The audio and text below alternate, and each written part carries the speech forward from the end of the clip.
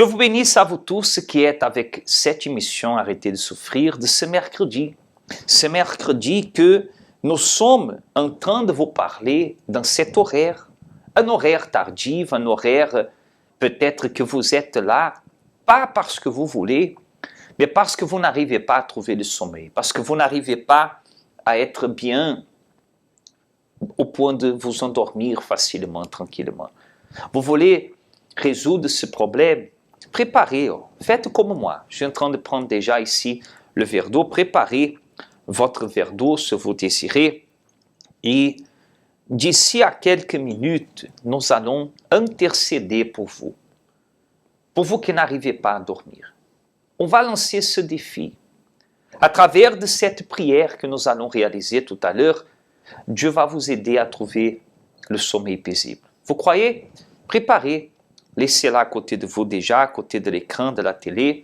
Et d'ici à quelques minutes, nous allons réaliser une prière en votre faveur.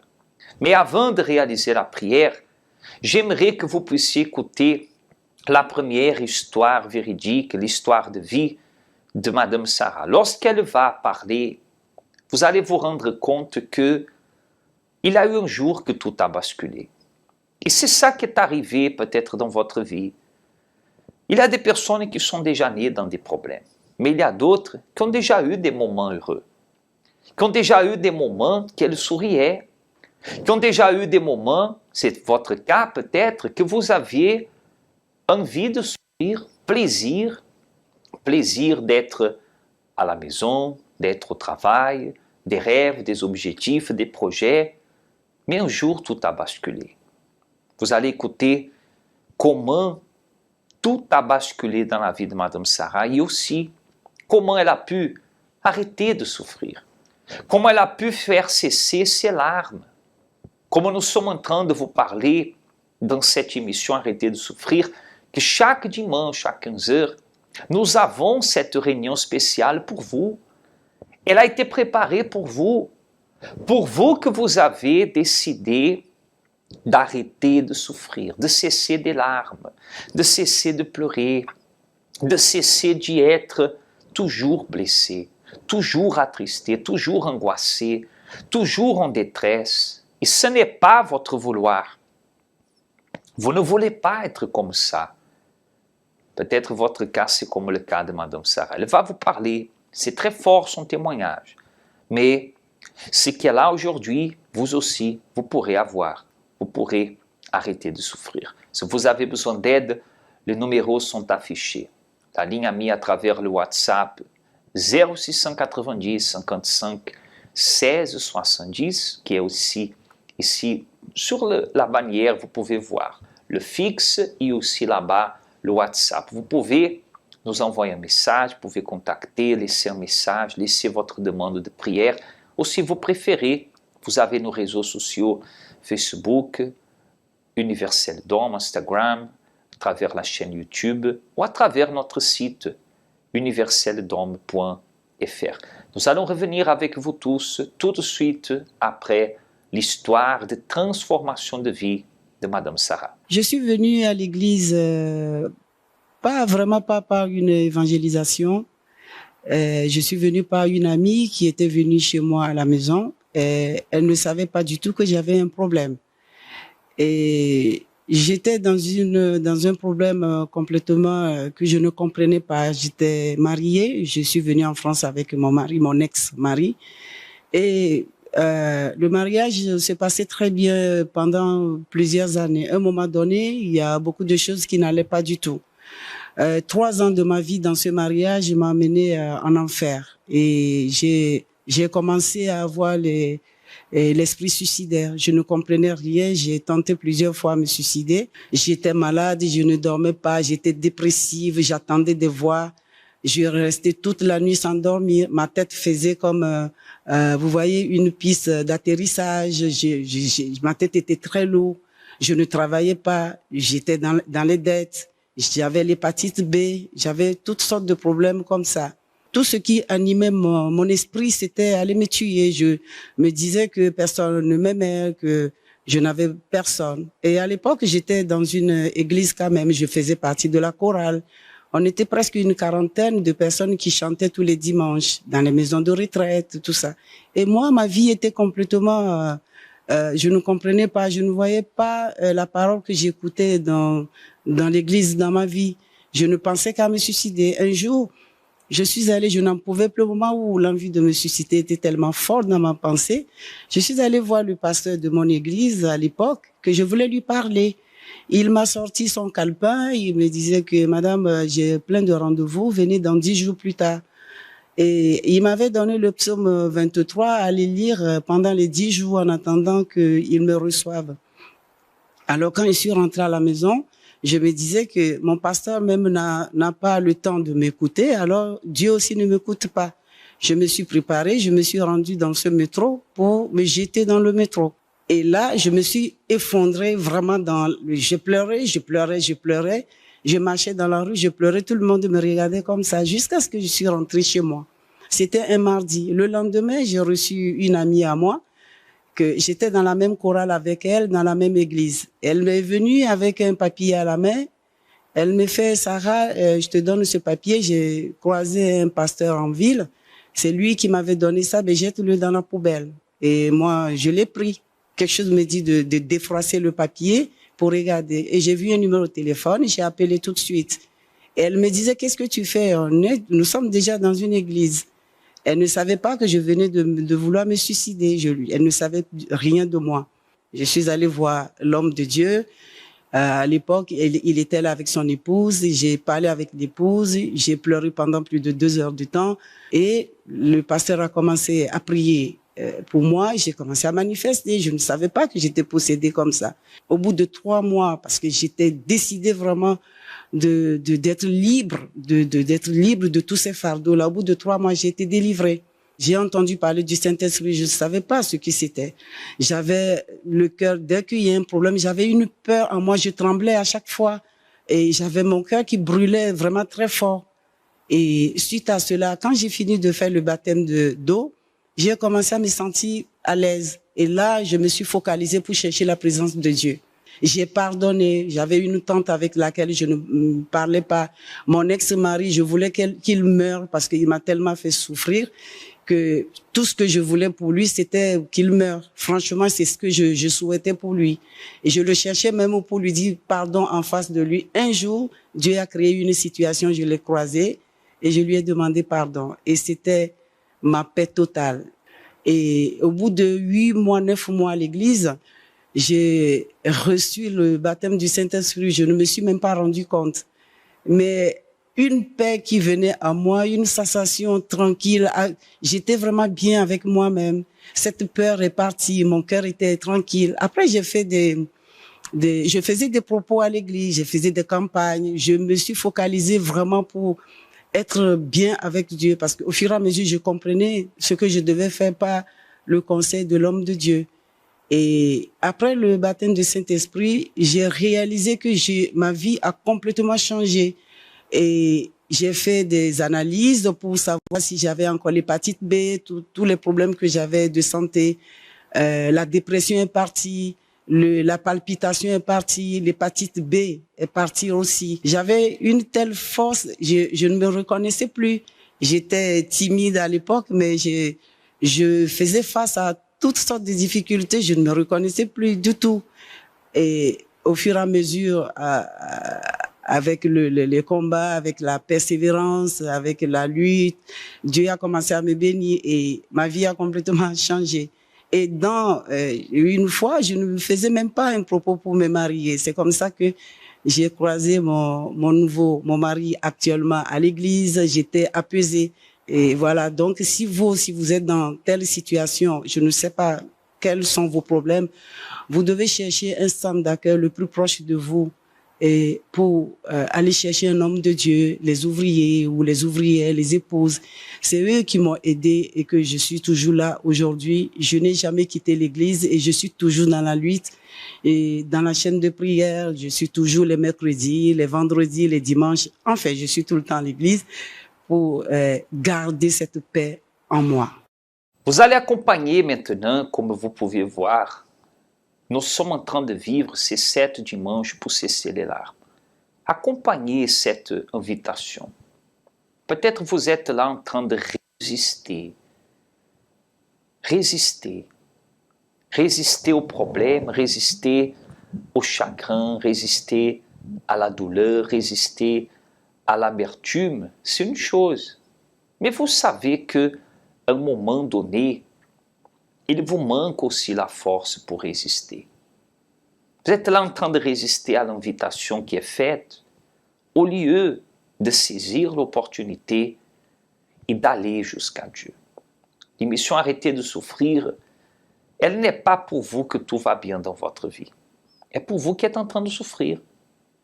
C'est pour vous que vous êtes désespéré, dépressif, angoissé, vous n'arrivez pas à dormir.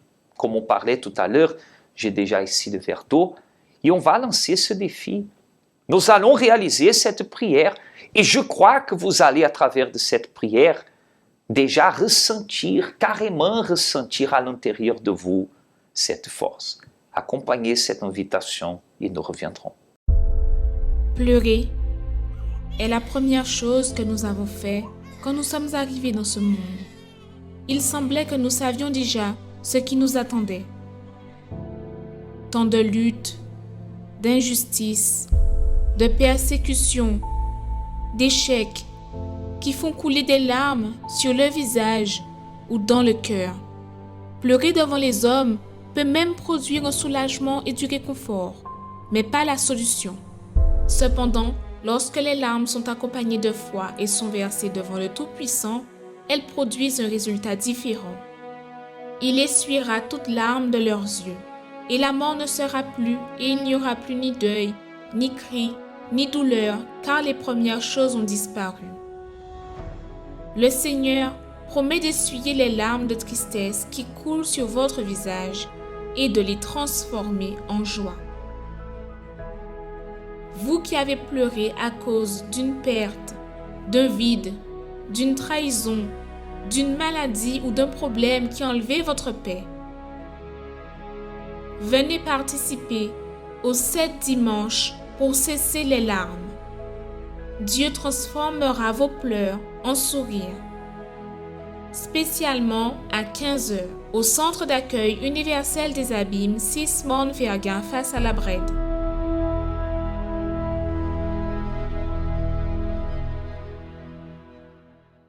Choisissez si vous voulez résister à l'invitation ou venir chercher cette force de Dieu pour résister au problème et vaincre le problème. Et vaincre ce chagrin, cette tristesse. Comme on était en train de parler hier soir du psaume 102, là au verset 18, même pour ceux qui se disent sans espoir, la Bible dit que Dieu est attentif à la prière, voyez le mot est fort, du misérable. Même la personne qui se trouve elle-même se juge misérable, se trouve dans une situation désespérante.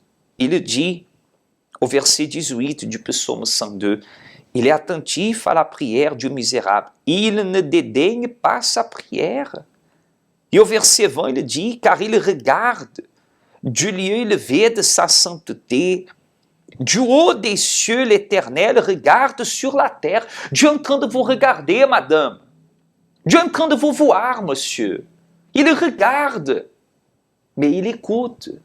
Il dit, du haut des cieux, l'Éternel regarde sur la terre pour écouter les gémissements des captifs et pour délivrer ceux qui vont périr. Peut-être tout était planifié pour que vous périssiez, pour que vous tombiez en dépression, ou vous êtes déjà en dépression, vous avez déjà des envies de suicide. Ne laissez plus le temps passer. Cherchez ce dimanche déjà, à 15h dans cette réunion spéciale, pour faire cesser toutes les larmes. Et si vous dites qu'à 15h vous ne pouvez pas, j'ai une bonne nouvelle pour vous. La porte de l'église est ouverte pour vous tous les jours du matin jusqu'au soir. Aujourd'hui c'est mercredi. Demain jeudi déjà, vous pouvez venir à l'église, spécialement à 19h, pouvez venir vendredi, pouvez venir samedi, pouvez venir dimanche matin. Vous pouvez prendre une décision. J'aimerais prier pour vous déjà. Avant même de vous montrer autre témoignage, j'aimerais réaliser la prière pour vous. Après cette prière, je suis sûr que Dieu, il vous fera comprendre cela. Ce que nous venons de lire, qu'il regarde. Beaucoup ont pensé que Dieu ne le regardait pas. Dieu vous regarde. Si Dieu ne vous regarderait pas, vous ne seriez pas où vous êtes aujourd'hui. Monsieur, Dieu vous regarde. Dieu voit tout ce que vous faites.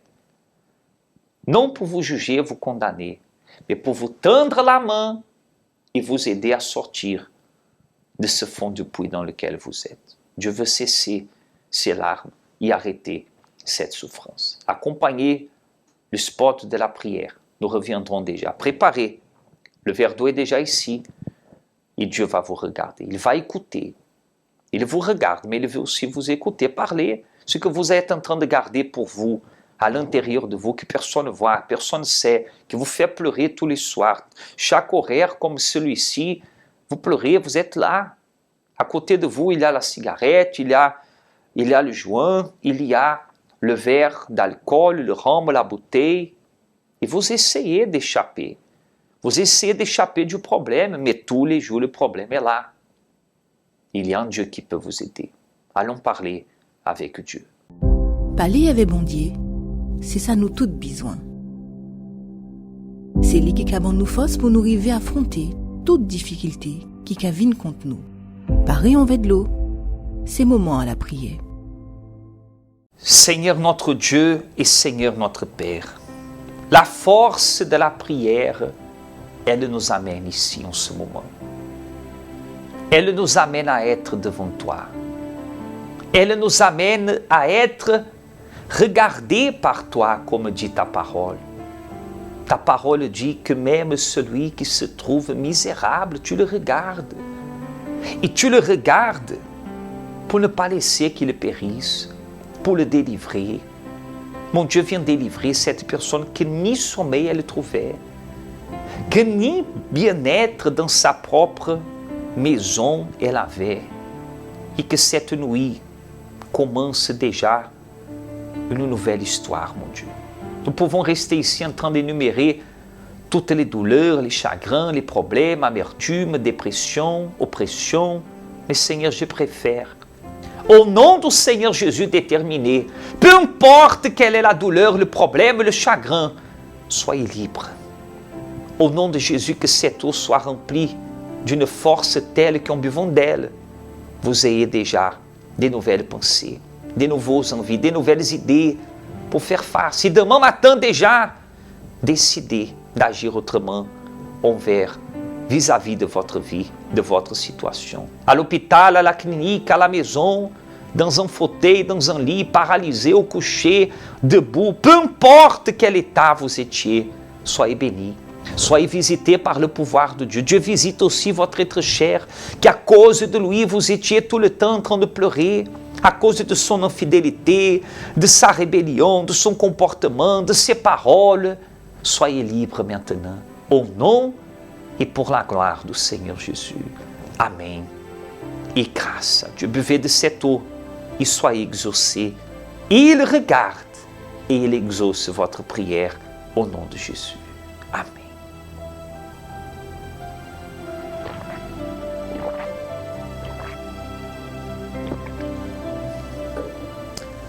Grâce à Dieu. Vous pouvez déjà prendre un grand souffle et dire à vous-même, ma vie aussi, elle va changer.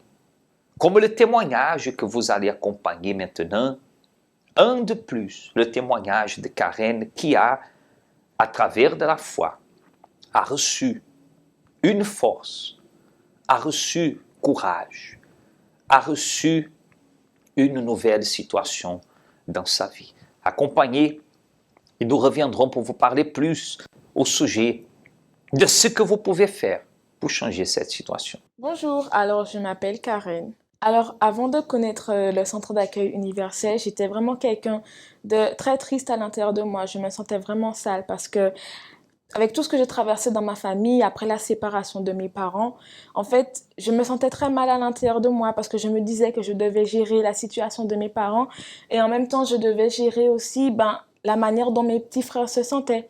Et tout cela, en fait, a créé une sorte de vide à l'intérieur de moi. En fait, je voyais que ma famille me portait de l'attention, etc. Mais à l'intérieur de moi, je ne m'aimais pas. C'est-à-dire que pour moi, ma famille ne m'aimait pas.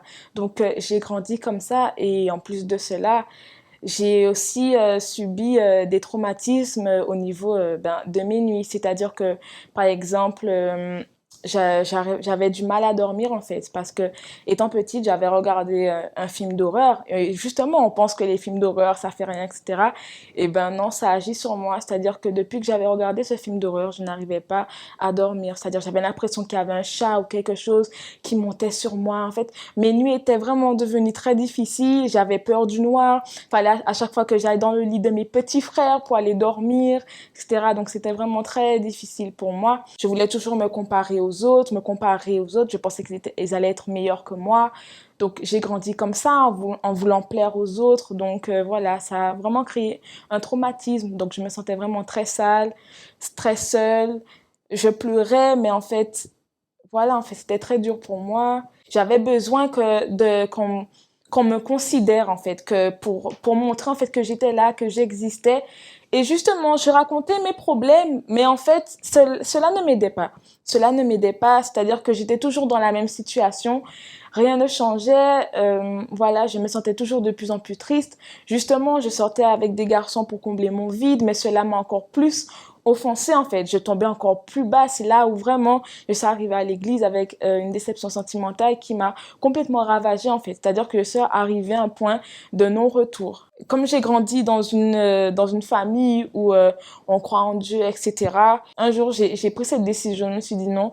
Je mets mes deux genoux à terre et je parle avec Dieu. Je dis à Dieu vraiment tout ce qui est à l'intérieur de moi parce que personne ne peut rien faire pour moi, en fait. Personne ne peut vraiment m'aider. Donc, c'est là où j'ai commencé à lire ma Bible, mais même j'ai commencé à prier, etc.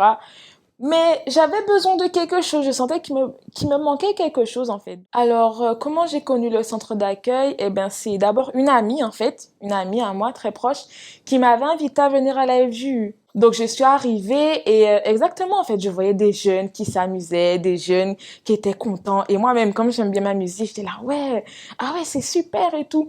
Et c'est justement à travers de la FJU que j'ai connu l'église. C'est là, en fait, qu'on m'a invitée à venir aux réunions principales, le mercredi, vendredi et dimanche. Donc, c'est là, petit à petit, j'ai commencé à venir à l'église, à voir les chaînes de prière, comment ça se passait, etc. L'enseignement que je recevais, c'est comme si ça me poussait en fait à aller plus loin, à aller de l'avant et justement, ça m'a permis justement de sortir dans la situation en fait dans laquelle je vivais. C'était comme si c'était Dieu en fait qui parlait pour moi. La première chose que je suis arrivée, quand je suis arrivée, je me suis dit, bon, je vais faire quelque chose, c'est me vider. Donc j'ai été parler avec à l'époque une femme de pasteur qui était là. Et j'ai été vidée, en fait. Je me suis vidée de tout ce qu'il y avait à l'intérieur de moi, de ce que personne ne savait, en fait, de tout ce que j'avais fait, de tout ce que j'avais traversé. Et à partir de ce jour-là, je me suis sentie beaucoup mieux. Je sortais de l'église beaucoup mieux. Et c'est là où je me suis dit, OK, Dieu a permis que je sorte libre aujourd'hui. Donc maintenant, je vais continuer.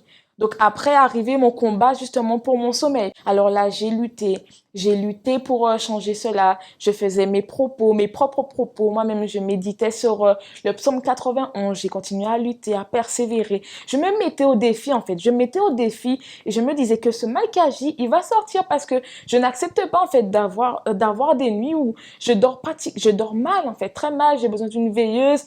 À mon âge, j'ai dit non. Donc, c'est à travers de cela, Dieu m'a délivrée. Donc, maintenant, je dors très bien et je me sens bien, en fait. Et surtout, maintenant, j'ai compris, en fait, à travers de l'église que je devais vraiment chercher à plaire à Dieu. Je pense que c'était le principal, en fait, pour vraiment être bien à l'intérieur de moi. Donc, justement, je disais des gros mots pour plaire aux amis. Eh bien, Dieu a transformé. J'agissais ma foi à travers des réunions. Ce que j'entendais, je mettais en pratique et je cherchais vraiment à plaire à Dieu, en fait, à faire vraiment ce qu'il me demandait pour ne plus mentir parce que j'étais vraiment quelqu'un qui mentait beaucoup, ne plus dire des gros mots, avoir des mauvaises pensées. Et voilà, c'est à travers de l'église, de la FU que aujourd'hui je suis là et que j'avance en fait, j'avance dans ma vie, j'ai des projets. Avant, j'étais une personne qui ne croyait pas en moi, maintenant j'ai des projets. Je sais que je suis capable et que Dieu est avec moi en fait. Alors aujourd'hui, Karen est une nouvelle personne. Karen n'est pas du tout la Karen qui était triste, qui se sentait sale à l'intérieur d'elle, qui ne s'aimait pas. Non, Karen est complètement une personne différente. Franchement, je m'aime, je m'aime beaucoup, oui. Et franchement, j'ai la paix en fait à l'intérieur de moi à travers de justement tout ce que je fais à l'église. J'ai la paix, je me sens bien à l'intérieur de moi. J'ai la joie de vivre. C'est pas un faux sourire en fait. C'est un vrai sourire qui est à l'intérieur de moi avec ma famille. Ça va, même si mes parents sont séparés, ils s'entendent très bien, ils s'entendent vraiment très bien. Avec ma famille, on s'entend aussi très bien. Justement, à travers aussi des réunions de l'église, j'ai pu obtenir mon permis et ça a été un combat. Mais je suis là, j'ai obtenu mon permis. Donc voilà, je réussis justement dans ma vie scolaire. Alors moi, je dirais à ces personnes en fait de ne pas écouter justement ce que les autres disent à l'extérieur, mais de venir voir en fait, de venir chercher. Parce que si vous avez vraiment besoin d'aide, venez à Dieu parce que il est là en fait. Il vous tend sa main. Donc venez voir et vous allez voir que ainsi comme moi j'ai été bénie, ainsi comme moi j'ai été transformée, vous aussi vous allez recevoir la même chose. Vous aussi, vous pouvez changer cette situation. Arrêtez-vous un tout petit peu. Qui vous a dit que pour vous, il n'y avait pas de solution? C'est Dieu. C'est Dieu qui vous a dit? Non. C'est un homme ou c'est un mal qui vous a dit. Mais nous sommes là pour vous dire, selon la parole de Dieu, que si vous croyez votre situation, à partir d'aujourd'hui, elle peut commencer à changer. Au nom du Seigneur Jésus, par la foi, elle peut être transformée. Vous allez acompanher ce que nous sommes en train de vivre, le dimanche de notre Père, basé sur la parole qui est là dans le psaume 128. Vous voulez savoir quelle est la volonté de Dieu pour votre vie, pour votre famille? Elle est là au psaume 128. Dès que vous commencez à lire, le premier mot qui est là, c'est heureux. Qu'est-ce que Dieu veut pour votre famille? Que vous soyez heureux en famille. Qu'est-ce que Dieu veut pour vos enfants? Qu'ils soient, comme on dit là, comme des plantes d'olivier autour de la table. Qu'est-ce que Dieu veut qu'il ait chez vous? La paix. Alors ce dimanche matin à 7h ou à 9h30 dans toutes nos églises, le dimanche, notre Père. Accompagnez l'invitation, nous reviendrons. Vous servirez l'Éternel, votre Dieu, et il bénira votre pain et vos eaux. Et j'éloignerai la maladie du milieu de toi.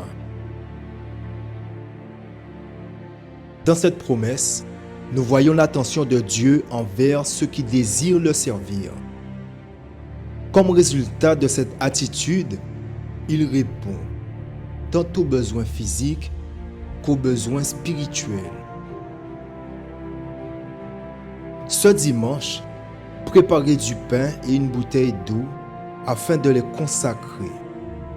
Et à travers la foi, quand vous allez partager ces éléments avec votre famille, qu'il y ait la guérison de toutes les maladies et la bénédiction totale de votre foyer.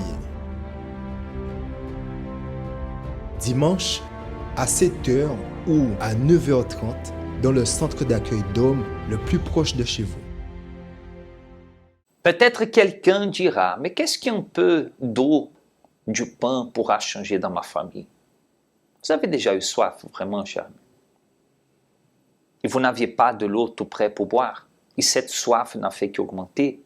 Alors vous allez mieux comprendre ce que nous sommes en train de dire. Vous avez déjà eu vraiment faim. Et ni un morceau de pain vous aviez à manger chez vous. Alors vous allez mieux comprendre à quel point Dieu veut qu'il arrive dans votre vie, dans votre famille, ce qui manquait. Et il a dit, donne-nous aujourd'hui notre pain quotidien. Je laisse avec vous l'invitation. La décision, c'est à vous. Monsieur, madame, vous ne pouvez plus dire que vous ne savez plus quoi faire de votre vie. Maintenant, vous savez. Si ce mort ne veut rien, route des abîmes, demain même, vous pouvez déjà prendre le chemin et chercher l'aide de Dieu. D'ailleurs, vous allez accompagner toutes les adresses. Il y a un à moins de 20-30 minutes de chez vous, ici en Guadeloupe, en Guyane, en Martinique, en métropole, peu importe où vous êtes, la parole de Dieu, elle est là. La porte du centre d'accueil est l'endroit qui vous montrera le chemin vers cette nouvelle vie. Dieu vous bénisse. Bon sommeil, parce que nous avons prophétisé que ce sommeil sera paisible. Et à la prochaine. Connaissez-vous nos centres d'accueil universels ici dans les Dômes? Notre siège est situé en Guadeloupe, aux Abîmes, au 6 Morne-Verguin, en face de la Brède, entre le KFC et le McDonald's. Nous avons aussi nos centres d'accueil à Pointe-à-Pitre, au 29 quai Lefebvre, en face du parking du port. À Baïf, au 51 impasse Louis Blériot, Zac des Pères Blancs, derrière le Super U.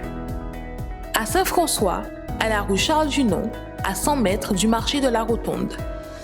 Nous sommes aussi en Martinique, au 42 rue Garnier-Pagès, proche du Leader Price à Fort-de-France. Mais aussi en Guyane française, à Cayenne, aux 19 zones artisanales Galmo, proche de l'entrée du CFA. Ainsi qu'à Kourou, au 1 rue du Levant, proche du Lip Service Ting. Si vous désirez plus d'informations, vous pouvez nous contacter sur notre ligne AMI au 05 90 28 33 83 ou sur notre WhatsApp au 06 90 55 16 70.